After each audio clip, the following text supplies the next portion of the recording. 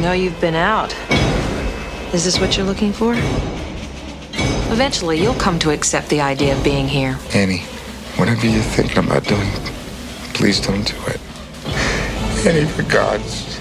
Shh, darling. This is Annie Wilkes, and she is one of Stephen King's most disturbing and unforgettable characters. Annie Wilkes is written less like a typical villain and more like someone who believes completely and sincerely that what she's doing is love. And it's Kathy Bates' incredibly controlled performance that distills all of this obsession, cruelty, and entitlement into a character that feels terrifyingly real in the quietest ways. Stephen King has written over 60 novels, sold more than 300 million books worldwide, and inspired dozens of iconic films. His stories gave us Carrie, The Shining, It, Stand By Me, and The Shawshank Redemption. For decades, filmmakers have turned his work into classics. But out of everything Stephen King ever created, only one performance based on his writing has ever won an Oscar for acting. And it didn't come from a blockbuster. It didn't come from a prestige drama. It came from a horror film most people didn't think the Academy would ever take seriously. Because once you really watch Misery, something becomes clear. That Oscar wasn't given because the movie was popular. It wasn't given because the role was flashy. It was given because the performance was too real to ignore. Before Misery, Kathy Bates wasn't famous. She wasn't a leading lady. She wasn't even on Hollywood's radar. She had spent more than 20 years working in theater. Respected, trained, dependable, but invisible to most movie audiences. Hollywood had already decided what she was allowed to be, a character actress, which usually means talented enough to work, but never important enough to build a movie around.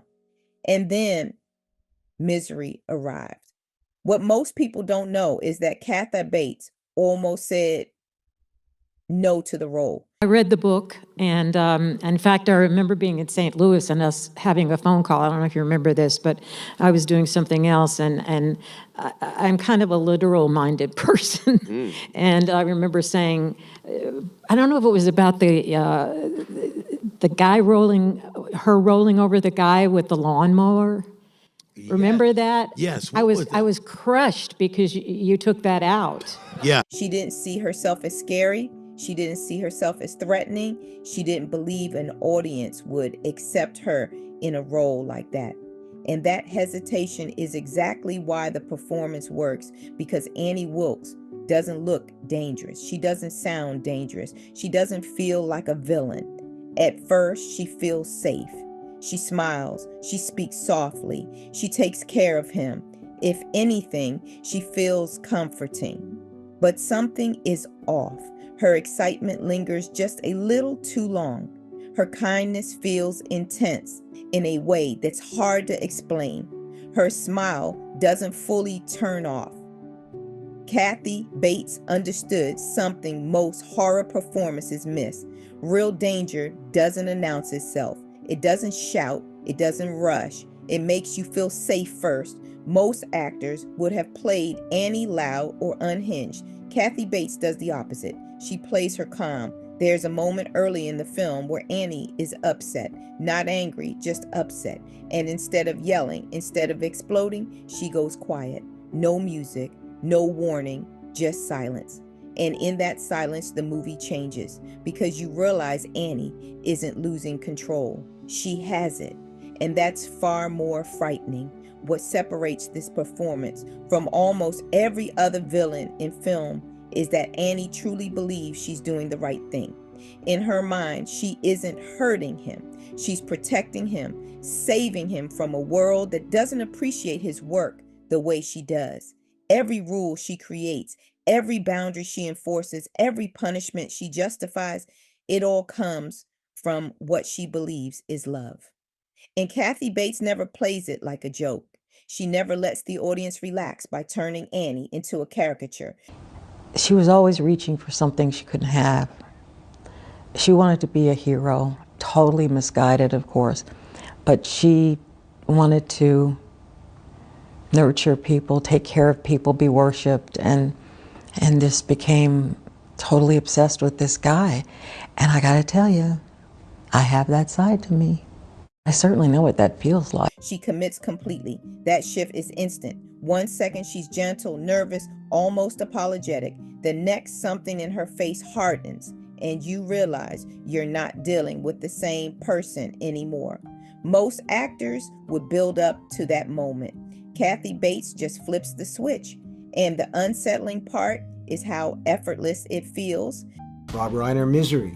It gets pretty darn disturbing. I'm your #1 fan. Stephen King later said Kathy Bates didn't just play Annie Wilkes, she became her. This is coming from someone who has created some of the most terrifying characters ever written. And even he admitted that watching Kathy Bates made Annie feel real in a way that deeply disturbed him, because Annie isn't supernatural. She isn't a monster. She's just a person who believes control is care. And that's what makes this performance stick with people decades later. When Oscar night arrived, Misery wasn't expected to win anything. It was a genre film, a psychological thriller, the kind of movie the Academy usually ignores. But Kathy Bates won, not because Annie Wilkes was loud, not because she was shocking, but because she felt true. She didn't play madness. She played certainty. She didn't play evil. She played justification. And in doing that, she forced Hollywood to recognize something it rarely rewards: a hard performance that exposes something uncomfortably human. That's why Kathy Bates won that Oscar, not because Misery scared people, but because her performance made them recognize something they didn't want to see. And once you see it, you don't forget it.